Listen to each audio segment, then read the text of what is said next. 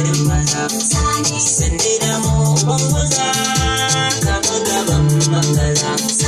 Nauyi su mai adam maza kai ka saka su girgiza.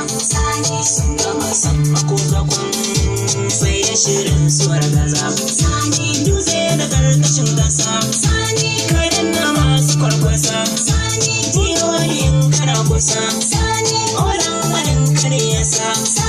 Farin ka ya cika fari kana ta kara kwarjini. Na tabbata halin kwarai ya kan yi bibiyar jini. Shukar kana ta yin tsiro wankai ka haɗa sansani.